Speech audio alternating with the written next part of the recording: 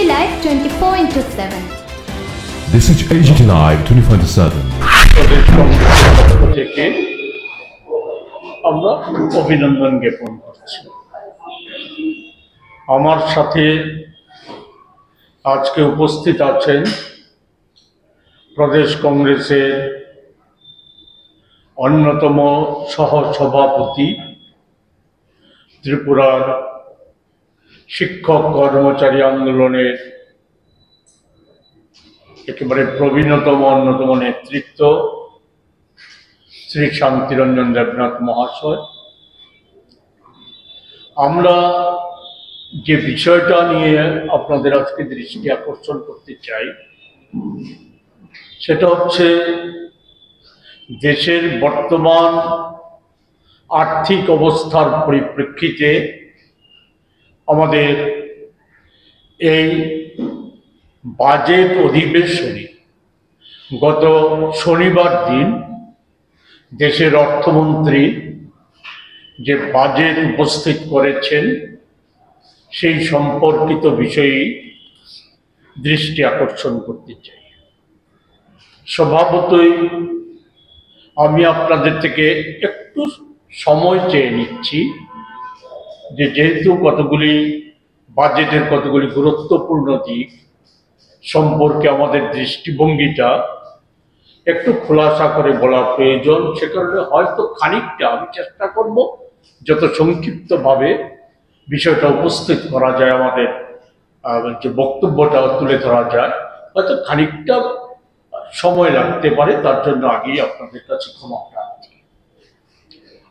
আমরা যেটা লক্ষ্য করে আসছি যে বিজেপি দল এবং তার যে রাজনৈতিক অভিভাবক আরএসএস বরাবরই দেশে ধর্ম বর্ণ জাত এগুলিকে কেন্দ্র করে বিভাজন করার নীতি এগুলি চালিয়ে তারা উগ্র সাম্প্রদায়িকতা একদিকে যেমন সৃষ্টি করেছে, অন্যদিকে মিথ্যাচার, প্রতারণা, বিশ্বাসঘাতকতার মধ্য দিয়ে তারা বড় হয়ে উঠেছে। এসব মোদিজির জমানায় একেবারে বহুলভাবে এই বিষয়গুলি বেড়ে গেছে। এরা এমন একটা জায়গায় চলে এসেছে যে আমাদের দেশের সর্বোচ্চ পদে যারা আছে, দেশের রাষ্ট্রপতি, আমাদের স্পিকার, লোকসভা রাজ্যসভার চেয়ারম্যান, এই যে পদগুলি গুরুত্বপূর্ণ সাংবিধানিক পদগুলি, এগুলিকেও রাজনৈতিক সংকীর্ণ স্বার্থে ব্যবহার করছে। আমি তার খুব বিশদ উদাহরণ দেব।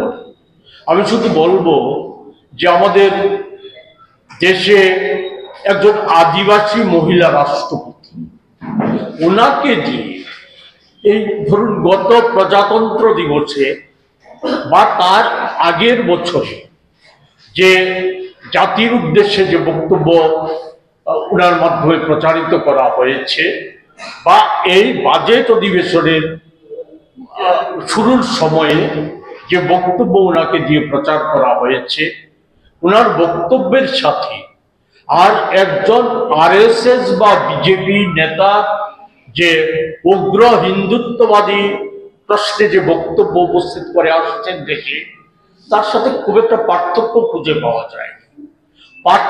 খুঁজে পাওয়া যায়নি। মোদিজি সহ কেন্দ্রীয় সরকারের যে মন্ত্রীরা বা বিজেপি দল দেশের অগ্রগতি, দেশের অর্থনীতি ও নানা সমস্যা সম্পর্কে মূল বিষয়গুলিকে আড়াল করে যে মিথ্যা এবং প্রতারণার আশ্রয় নিয়ে চলছে, সেই যে বিষয়গুলিও ওনার বক্তব্যে উঠে এসেছে। যে দেশের মূল সমস্যাগুলি বেকারত্ব, অর্থনৈতিক সংকট, সামাজিক ক্ষেত্রে আমাদের দেশের যে বর্তমান যে অস্থিরতা, আমাদের দ্রব্যমূল্য বৃদ্ধি, আমাদের দেশের মহিলাদের একটা বিপজ্জনক জায়গায় নিয়ে যাওয়া, এই সমস্ত বিষয়গুলি ওনার বক্তব্য উঠে তিনি ওনার বক্তব্যে প্রধানত মোদিজি এবং সরকারের জয়গানের বিষয়গুলিকে উঠিয়েছেন। এর পরবর্তী সময় আমরা দেখেছি যে প্রাক বাজেট বক্তৃতায় দেশের প্রচলিত অর্থনৈতিক যে সমস্যা, বিশেষত আমি বলতে চাই গত 24 অক্টোবর মাস থেকে জানুয়ারি পর্যন্ত আন্তর্জাতিক অর্থ ভান্ডার, এডিবি, এশিয়ান ডেভেলপমেন্ট ব্যাংক বা বিশ্ব ব্যাংক এবং আমাদের দেশেরও রিজার্ভ ব্যাংক, দেশের প্রথিতযশা অর্থনীতিবিদরা, বা আমি যদি ধরে নেই যে মোদিজির যিনি মুখ্য অর্থনৈতিক উপদেষ্টা অনন্ত নাগেশ্বররাও, ওনারা যে অর্থনীতির আমাদের যে বেহাল অবস্থা, দ্রব্যমূল্য বৃদ্ধি, জিডিপি কমে যাওয়া এবং বেকারিত্ব বেড়ে যাওয়া, আমাদের শ্রমিকদের মজুরি কমে যাওয়া, ছাঁটাই, এই সমস্ত দেশের যে দুরবস্থা, এর জন্য প্রধানত তাদের সকলেরই তারা একসরে বলেছিলেন দেশের সরকারের সার্বিক যে দৃষ্টিভঙ্গি, সর্বোপরি কর্পোরেট ঘেঁষা যে নীতি এবং কর্পোরেট দুনিয়ার অতিরিক্ত মুনাফা লাভ, এর ফলশ্রুতিতেই এসব ঘটনাগুলি আমাদের দেশে ক্রমবর্ধমান। আমরা আশা করেছিলাম যে প্রাক বাজেট বক্তৃতায় আমাদের অর্থমন্ত্রী এই বিষয়গুলি পুরোপুরি অস্বীকার করতে পারেন। দেশের আর্থিক সংকটের ক্ষেত্রে উনি অন্তত স্বীকার করেছিলেন যে কাঙ্ক্ষিত যে লক্ষ্য ছিল জিডিপির 60% পৌঁছে যাওয়া, এটা সম্ভব হয়নি। জিডিপি 6% এদিক সেদিক কাছাকাছি হচ্ছে, এটা সম্ভব হয়নি। জিডিপি 6% এদিক সেদিক কাছাকাছি হচ্ছে, এটা কমে এই চলতি বছরে 6.4% দাঁড়াবে বলে আমরা আশাবাদী ছিলাম। আমাদের দেশের প্রথিতযশা অর্থনীতিবিদরাও ওনারও আশাবাদী ছিলেন যে এবারকার বাজেটে অন্তত পক্ষে ওই সমস্যাগুলি নিরসনে বাজেটে কার্যকরী পদক্ষেপ লক্ষ্য করা যাবে। আমরা কি দেখলাম যে শনিবার দিন যে বাজেটটা উপস্থিত করা হলো, সেটাতে আমরা কি পেলাম? কি এই বাজেটে এক কথায় বলা যায় ছত্রে ছত্রে প্রতিটা ক্ষেত্রে শুভঙ্করের ফাঁকি লক্ষ্য করা গেছে। যে বাজেটকে একেবারে বলা যায় খুব সুন্দরভাবে আমাদের দেশের বিরোধী দলের নেতা এই বাজেটকে বলে উপস্থিত করার পর উনি বলেছিলেন যে বুলেটের ক্ষতে ব্যান্ডেজ লাগানোর মতো প্রলিপ্ত হয়েছে বাজেটে, একথা বলেছিলেন।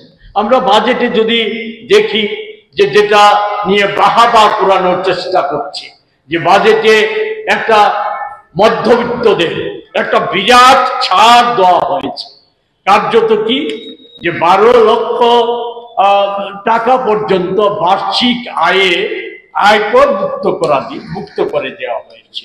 এতে উপকৃত হবে কত মানুষ? 1% যে বাজেটে যেভাবে করের বিন্যাস, কর ছাড় দেওয়া সহ করের বিন্যাস করা হয়েছে, এতে সরকারের কোষাগার থেকে 1 লক্ষ কোটি টাকা খরচ, 1 লক্ষ কোটি টাকা খরচ ক্ষতি হবে, এটা নিশ্চিত। কিন্তু এতে উপকৃত হবে কত মানুষ? উপকৃত হবে সর্বসাকুল্যে গোটা দেশের জনসংখ্যার 1% মানুষ। ফলে এই বাজেট নিয়ে সর্বসাধারণের প্রাপ্তি কি? আমরা কৃষি ক্ষেত্র থেকে যদি ধরে শুরু করি, শিক্ষা, স্বাস্থ্য, গ্রাম উন্নয়ন, মহিলা শিশু সুরক্ষা, এইসব সকল ক্ষেত্রে যে বরাদ্দ অর্থ গত বাজেটেও যা ছিল তার চাইতেও কমিয়ে দেওয়া হয়েছে। এখানে বাজেট উপস্থিত করতে গিয়ে অর্থমন্ত্রী উনি বক্তৃতায় বলেছেন এবং তথ্য দেওয়ার চেষ্টা করেছেন যে গত বাজেট থেকে এবারকার বিভিন্ন ক্ষেত্রে, এই ক্ষেত্রগুলি সহ বিভিন্ন ক্ষেত্রে অর্থ বরাদ্দ নাকি বাড়ানো হয়েছে। আপনারা যদি সময় দেন আমি এই ক্ষেত্রগুলিকে আমি চিহ্নিত করে আমি দেখিয়ে দিতে পারি যে বাজেটে যে শুভঙ্করের ফাঁকি কিভাবে করা হয়েছে।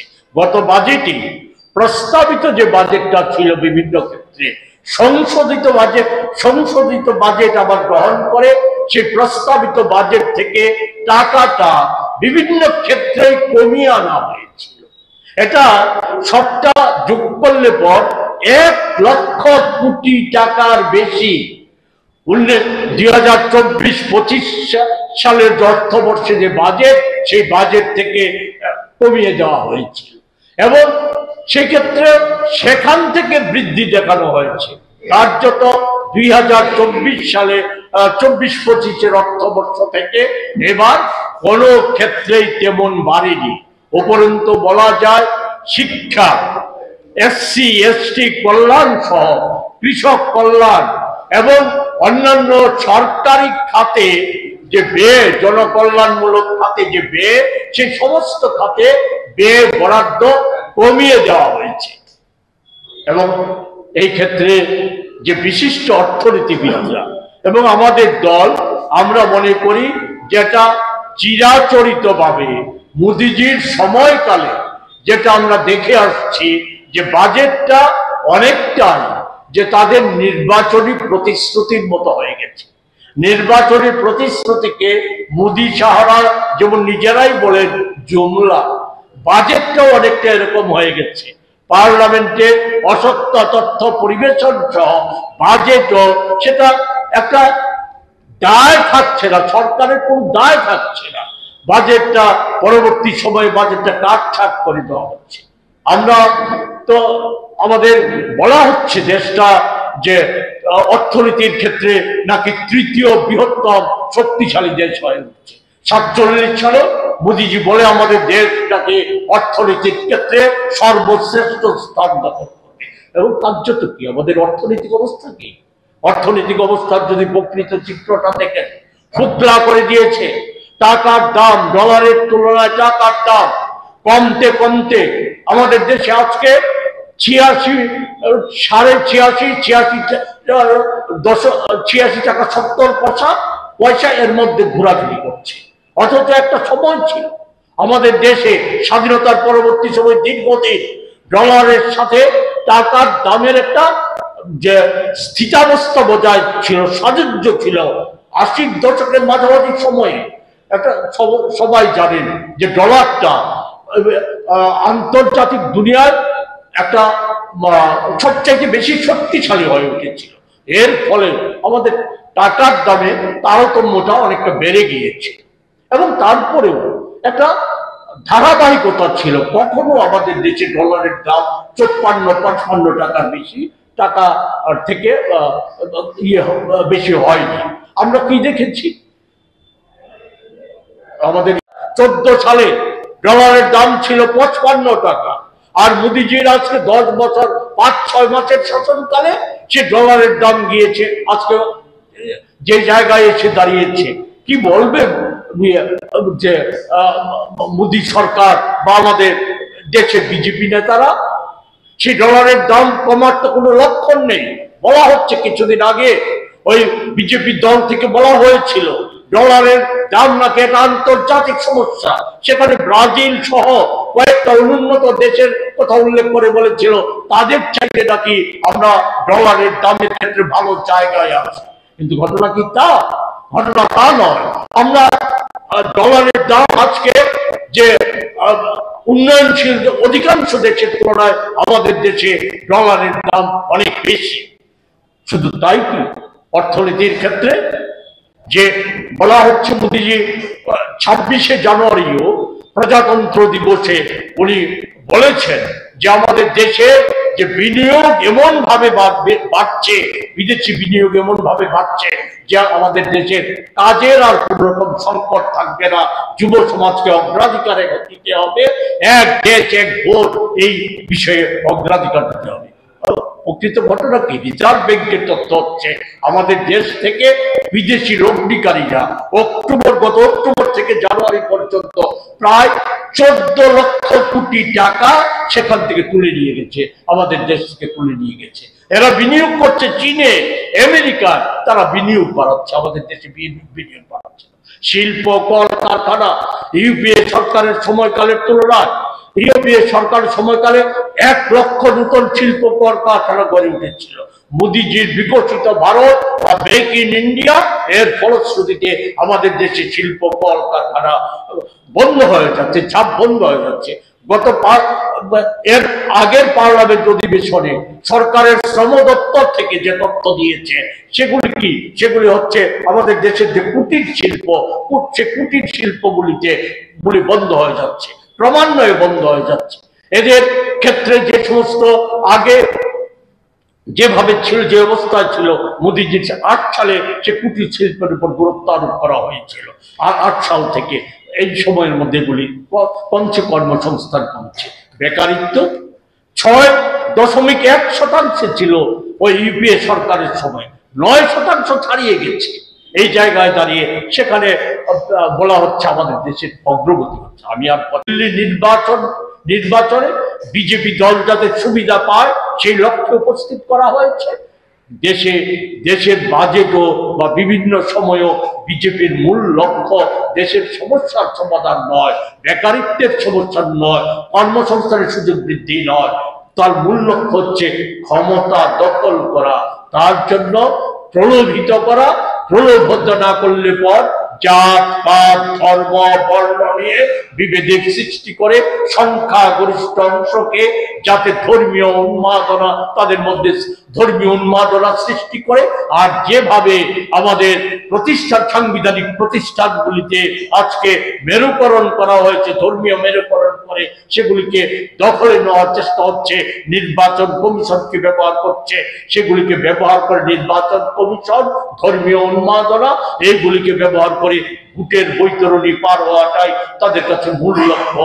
তাই তো আমরা দেখছি, আমরা যখন ভেবেছিলাম যে গত লোকসভা নির্বাচনে যে সম্ভাবনা তৈরি হয়েছিল বিজেপিকে ক্ষমতাচ্যুত করার, সেই সম্ভাবনা কাজে লাগানো যায়নি।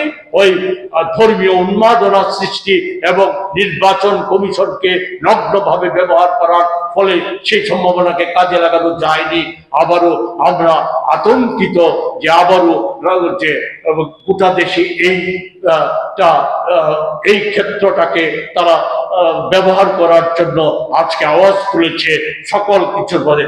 এক ধর্ম, এক জাতি, এক নেতা, এক দেশ, এক ভোট, এই লক্ষ্যে আজকে বিজেপি এগোচ্ছে। তাই আমরা বলবো আমাদের রাজ্যের সকল অংশের মানুষের কাছে আমাদের সমস্যাদের যদি সমাধান করতে হয় যত দ্রুত সম্ভব বিজেপির হাত থেকে দেশকে এবং আমাদের রাজ্যকে মুক্ত করতে হবে। আমাদের রাজ্যে নানা কথা, মোদীজি যেমন অসত্য কথাকে তার অভ্যাসে পরিণত করেছে, আমাদের রাজ্যের যে শিক্ষিত আমাদের রাজ্যের ডাক্তার মুখ্যমন্ত্রী, উনিও অসত্য তথ্য পরিবেশন করতে কোনো খামতি রাখছেন না। সম্প্রতি তো দেখেছেন উনি সহ রাজ্যের মন্ত্রীরা, বাক্যবাগীশ মন্ত্রীরা থেকে শুরু করে সকলেই বলে বেড়াচ্ছিল অর্থনীতির, আমাদের রাজ্যের অর্থনীতির এতটাই অগ্রগতি ঘটেছে যে গোটা দেশের মধ্যে আমরা অগ্রণী স্থানে আছি। আমাদের রাজ্যে মানুষের কর আয় নাকি বেড়ে গেছে। ওই তো অর্থ কমিশনে এসেছিল, তারা খোলাসা করে দিয়েছে, সেখানে যে বলেছে আমাদের অর্থনৈতিক গড় আয় জাতীয় গড়ের চাইতে অনেক কম। শুধু তাই না, উত্তর পূর্বাঞ্চলের অনেক রাজ্য থেকে কম। ফলে এই ক্ষেত্রগুলি বিবেচনা করে আমরা জাতীয় কংগ্রেসের প্রদেশ কমিটির তরফ থেকে আমরা আপনাদের মাধ্যমে রাজ্যবাসীর কাছে আবেদন করতে চাই, এই যে বন্ধা নীতি, দেশকে সর্বনাশ করে দেওয়ার যে নীতি, রাজ্যটাকে ফুকলা করে দেওয়ার যে নীতি, এই নীতির বিরুদ্ধে ঐক্যবদ্ধ প্রতিরোধ আন্দোলন করে তোলার আমরা জাতীয় কংগ্রেস দেশব্যাপী এবং আমাদের রাজ্যেও আমরা যে আন্দোলন সূচি জারি করেছি, সেই আন্দোলন সূচিকে শক্তিশালী করার প্রশ্নে প্রধানত আমরা যেই ক্ষেত্রটাতে যোগ দিয়েছি, আমাদের আন্দোলন আমাদের দেশকে এগিয়ে নিয়ে যেতে দিতে গেলে পরে আমাদের যে অর্জিত সংবিধান অর্জিত স্বাধীনতা সে তাকে রক্ষা করতে হবে। একই ধ্বংস করার চেষ্টা করছে তাদের শাসনকে টিকিয়ে রাখার জন্য, কায়েম রাখার জন্য। তাই এই লড়াই কে একত্রীকরণ করে আমাদের রাজ্য এই বাজেটের বিরুদ্ধে এবং সংবিধান রক্ষার প্রশ্নে যে আন্দোলন, সেই আন্দোলনকে শক্তিশালী করার প্রশ্নে সকলে এগিয়ে আসবেন এবং এই ক্ষেত্রে সংবাদ মাধ্যমের সহযোগিতা আমরা কামনা করি।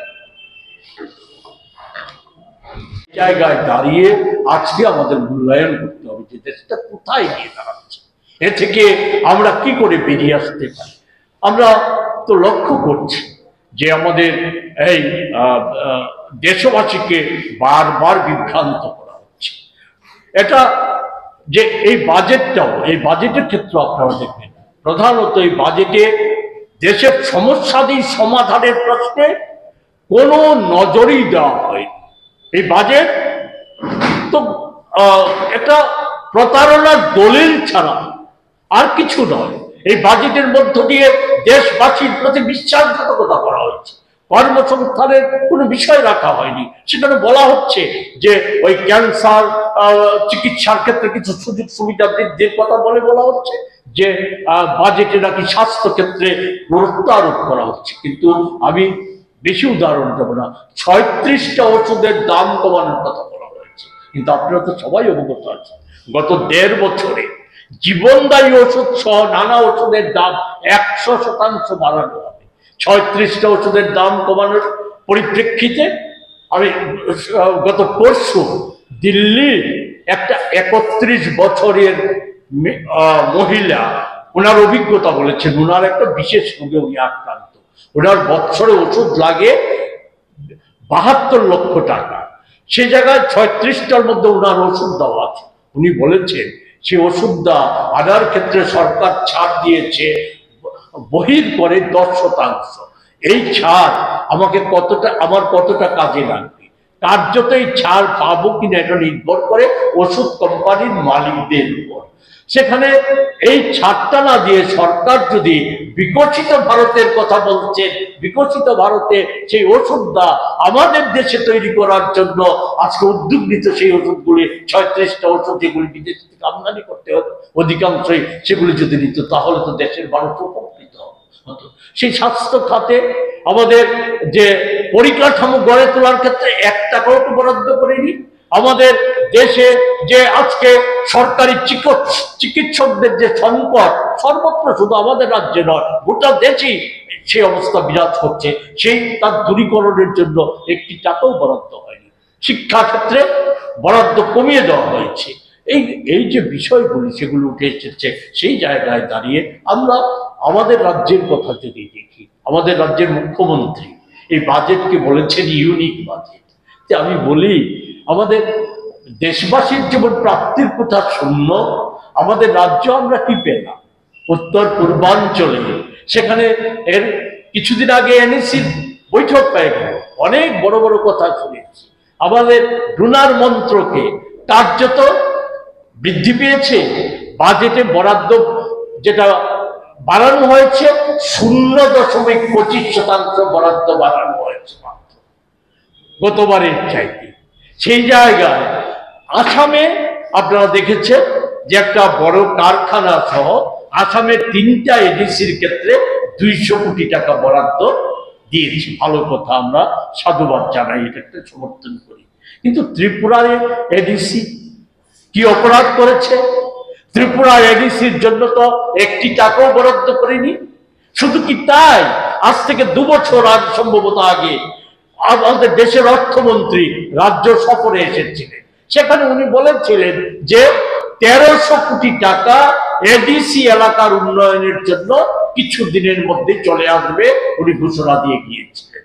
2 বছর হয়ে গেল। এর মাঝে আমাদের রাজ্যের অধ্যাপক ডক্টর মুখ্যমন্ত্রী উনি ঘোষণা দিয়েছিলেন শুধু উপজাতি এলাকার উন্নয়নের জন্য সেখানে নাকি 1500 কোটি টাকা আসবে। আমাদের এডিসিতে এখন যারা পরিচালক বিজেপি সরকারের শরিক, সেই বিশুদ্ধ তিপ্রা মাথা দল, তারা বলেছিল আর এই রাজ্যে আদিবাসীদের উন্নয়নের প্রশ্নে টাকার অভাব হবে না, কেন্দ্রীয় সরকার দুহাত ভরে টাকা দেবে। এই বাজেটেও ত্রিপুরা এমন ভাবে উপেক্ষিত, একটি টাকাও বরাদ্দ হয়নি।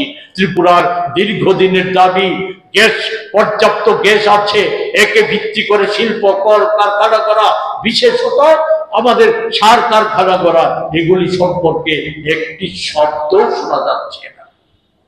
এই জায়গায় আমরা সবিশেষ যে কথাটা বলবো, এই অবস্থাটা যদি চলতে থাকে, আমাদের দেশের কিছু কিছু মহল থেকে বলা হচ্ছে আমরা এই একটা সময় থেকে 250-300 বছর আগে আমাদের দেশেরই, সে সময়কার দেশেরই কিছু বিশ্বাসঘাতক মির্জাফর মীর কাসিমরা ষড়যন্ত্র করে আমাদের দেশটাকে ইস্ট ইন্ডিয়া কোম্পানির হাতে লুট করার জন্য তুলে দিয়েছিল।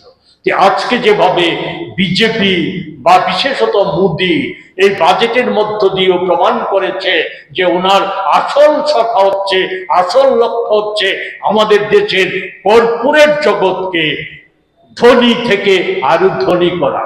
তার জন্য সরকারি ক্ষেত্রগুলি সহ, ছাড় দেওয়া সহ, করের বিন্যাস সহ সর্বক্ষেত্রে কর্পোরেটদের দূষণ করার নীতি অবলম্বন করা হচ্ছে। মহিলা, শিশু সহ ছাত্র, যুবক সকলকে, কৃষক, শ্রমিক সকলকে উপেক্ষিত করা হয়েছে।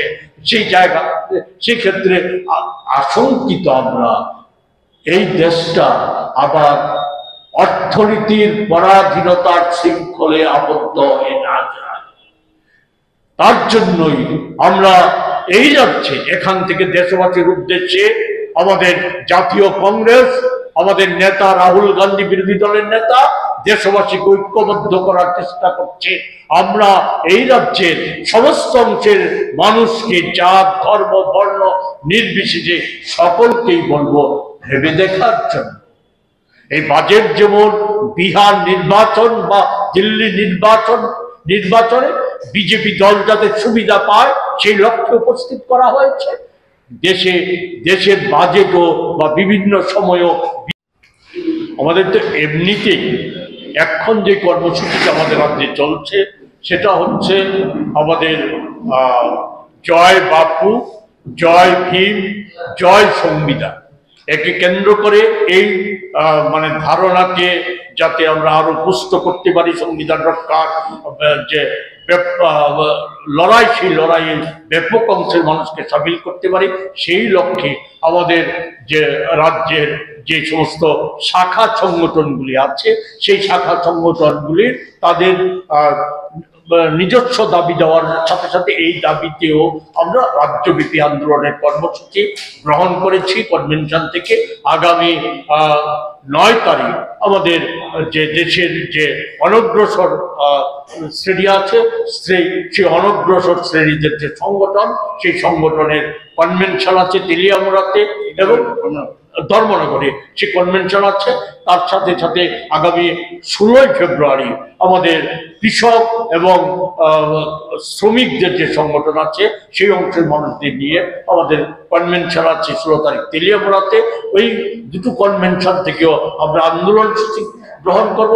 তার পাশাপাশি এই আন্দোলন সূচি শেষ হয়ে যাওয়ার পর আমরা প্রদেশ কংগ্রেস এবং তার সমস্ত শাখা সংগঠনগুলি তারা নিজ নিজ পেরিফেরির মধ্যে রাজ্যব্যাপী আমাদের আন্দোলন সূচি করে তুলতে হবে। এই আন্দোলন সূচির মধ্যে অবশ্যই থাকবে এই যে জনবিরোধী বাজেট, সেই বাজেটের বিরুদ্ধেও জনমত তৈরি